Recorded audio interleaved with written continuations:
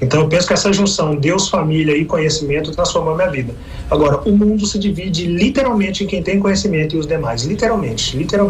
E talvez por nós brasileiros não buscarmos isso, né? Somos um dos povos que menos lê no mundo. A média do que um brasileiro lê de livro por ano é irrisória, assim. Então, esse fator é determinante para que nós tenhamos tanta gente naufragando, principalmente em tempos de rede social, né? Em tempos de internet, a informação rápida. As pessoas acham que estão conectadas, acham que estão fazendo a coisa certa, mas a ampla maioria não está ganhando dinheiro com o smartphone na mão conectado à rede mundial de computadores, à internet. Ou seja, não tem como, você não tem conhecimento para lidar com a empresa que você tem na mão e com a possibilidade de vender, por exemplo, em tempo real para o mundo inteiro e você não está ganhando dinheiro com isso. Então tem algum problema no que você está fazendo. Então as pessoas não têm conhecimento sobre aquilo que elas estão fazendo e aí elas vão para o naufrágio, né? Na internet, por exemplo. Na internet você navega ou naufraga? Eu navego, e você? Navega ou naufraga? Se você tem conhecimento, você navega e já está ganhando dinheiro com isso. Se você não tem, você apenas tem um celular conectado à internet e ainda não percebeu que tem empresa. Então o conhecimento me salvou. Eu costumo dizer que toda vez que uma livraria abre, é como se um hospital estivesse abrindo, porque é um lugar onde nós temos a vacina da humanidade, que é o conhecimento. E quando uma livraria fecha, é como se o hospital estivesse fechando, porque essa vacina tem dificuldade de ser ofertada para a galera. Então, a partir do momento que você não busca o conhecimento, você constrói um muro, você mesmo constrói um muro em torno de si. Aí você vai me dizer, Rick, mas eu não gosto de ler. Aí eu não tenho tempo para ler. Eu tenho preguiça de ler. Minha colega, não é uma questão de gostar. Não é uma questão de ter tempo. Não é uma questão de ter preguiça ou não. É uma questão de necessidade. O mundo se divide em quem tem e quem não tem conhecimento. Então não é a questão de gostar de ler, vai ler. Você tem necessidade de buscar conhecimento. Não é questão de ter preguiça, é de necessidade. Não é questão de ter tempo, é de necessidade. Quem quer dá um jeito. Assim como você dá um jeito para namorar, assim como você dá um jeito para ir numa balada, assim como você dá um jeito para ir num jogo de futebol, dá um jeito e insere a leitura no seu dia a dia. Porque senão você vai ver pessoas do seu lado que nasceram em realidades exatamente igual à sua, despontar, e você vai fazer aquela pergunta que é já praxe. Pô, como fulano conseguiu ou não conseguiu? Muito simples. Fulano percebeu que o conhecimento transforma. E pode ter certeza absoluta que se ele conseguiu, ele está buscando conhecimento. Uma jornalista perguntou pro Bill Gates: Bill Gates, me fala uma coisa. Qual que é o segredo do seu sucesso para ser o homem mais rico do mundo? E aí Bill Gates responde. Pega um talão de cheque, tira uma folha, entrega pra jornalista e fala assim: escreve aí nesse cheque o valor que você deseja. Aí, essa senhora, ela pega, fica ofendida, devolve o talão e falou: não é sobre mim, eu tô perguntando sobre o seu sucesso. Mas Bill Gates, me fala, como você chegou onde você chegou? Ele pegou o cheque de novo, entregou na mão dela e falou assim: coloca o valor que vier na sua cabeça aí nesse cheque. Ela ficou realmente ofendida com ele, achando que ele estava querendo comprar ela. Ela devolve o cheque, ele rasga o cheque. E aí ela pergunta: por que você rasgou o cheque? Ela falou: você não perguntou qual que é o segredo do meu sucesso? O segredo do meu sucesso é que todas as grandes oportunidades que apareceram eu agarrei. E eu não abri mão de nenhuma. Você agora acabou de jogar no lixo a oportunidade de ser a jornalista mais rica do mundo. Era só você escrever um valor. Eu ia fazer essa doação para você. Quando você pega seu carro e quer sair do ponto A para o ponto B, você precisa se deslocar até lá. Esse movimento é resultado de uma energia que se chama energia cinética, energia do movimento, que é produzida por uma outra energia, que é a energia mecânica, que por sua vez é resultado da energia produzida da combustão do combustível que você coloca no seu carro. Ou seja, o teu combustível é que inicia todo esse processo de produção de energia e que possibilita você se movimentar do ponto A para o ponto B. Na nossa vida é assim também. Nós temos alguns combustíveis, aquilo que nos faz acordar de manhã, aquilo que nos faz sair de casa às vezes 5, 6 horas da manhã, pegar um ônibus lotado. Hoje eu não pego mais ônibus lotado, mas sempre me lembro o quão difícil e duro e penoso e muitas vezes humilhante é isso. Mas o que te faz ter essa força para enfrentar isso todos os dias são os seus combustíveis. Seus combustíveis são as pessoas que você ama, a sua família, seus filhos, seus sonhos, seus projetos. Tudo isso é aquilo que te faz acordar para que você se movimente, para que você busque se movimentar do ponto A para o ponto B. O problema é o seguinte, tem um desses combustíveis, que é um combustível muitas das vezes pouco usado pelas pessoas. É óbvio que todo mundo ama seus filhos, sua família, todo mundo quer o melhor, todo mundo quer mudar, todo mundo quer melhorar. Mas nem sempre as pessoas ou nós mesmos usamos esse combustível, que é um combustível da inconformidade.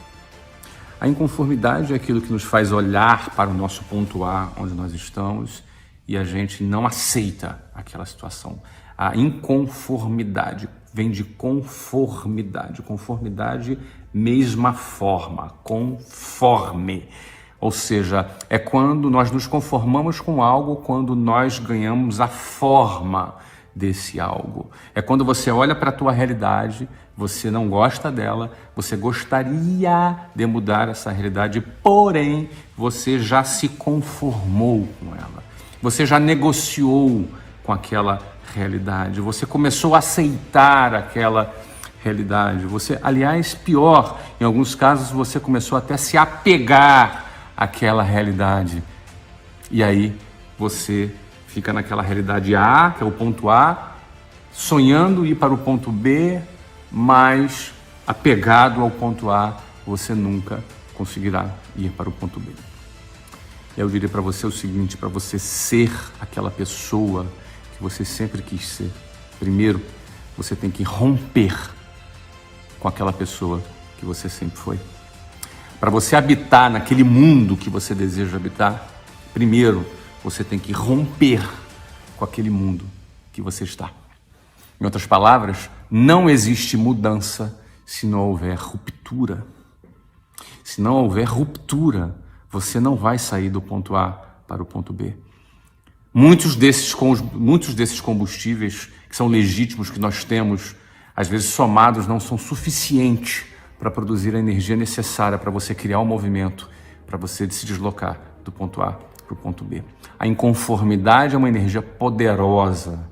Quando você olha, ela inclusive ela pode se expandir para energias mais fortes. Quando você olha para a tua realidade, você tem asco daquela situação. Você tem rejeição absoluta daquela realidade, a ponto de você se movimentar. Note bem, eu não estou dizendo que você não deve ser grato pelo que você tem. Sempre grato. Sempre grato. A gente sempre, por pior que esteja, tem mais do que muitas outras pessoas. Sempre grato pelo que a gente tem. Mas não confunda gratidão com conformidade. Não se conforme. Não negocie. Crie rupturas. Esse, certamente, é o seu, se não maior, um dos seus maiores combustíveis. Às vezes você fica assim, eu tô muito preocupado com o governo, com isso e com aquilo. Deixa eu te falar, na moral, só que entre nós aqui, chega aí, vem cá. Deixa eu te falar uma coisa. Se a Dilma ganhar, você prospera. Se o Lula ganhar, você prospera. Se o Bolsonaro ganhar, você prospera. Se qualquer um ganhar, você prospera. Vírgula. Se você não depender de nenhum dos três. Quando você depende de algum dos três, é fumo. Se eu sou uma pessoa que dependo de Dilma, Bolsonaro, não sei o que, não sei aonde, eu vou ficar dando minha energia, tanto emocional como física, para essas coisas. E não me leva a mal, é divertido. Essa é uma esfera, essa é uma bolha. Coloca assim na tarefa de hoje, estudar as bolhas e aonde eu estou alienado. Tem gente alienada um monte de coisa. Se você fica com medo de algo, você vai atrair. O medo produz duas coisas, vai te paralisar e vai atrair. Deixa eu te falar, para de ser governado por isso.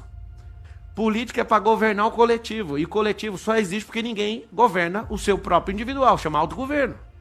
Então quando você governa a si mesmo, você não precisa ficar dependendo do governo. Alguém fala, você é contra o governo? Não, eu sou a favor do governo, porque tem muita gente que não cuida da própria vida. Então quando uma pessoa não cuida da própria vida, alguém tem que ficar cuidando e tirando um dinheiro pra cá, outro pra lá.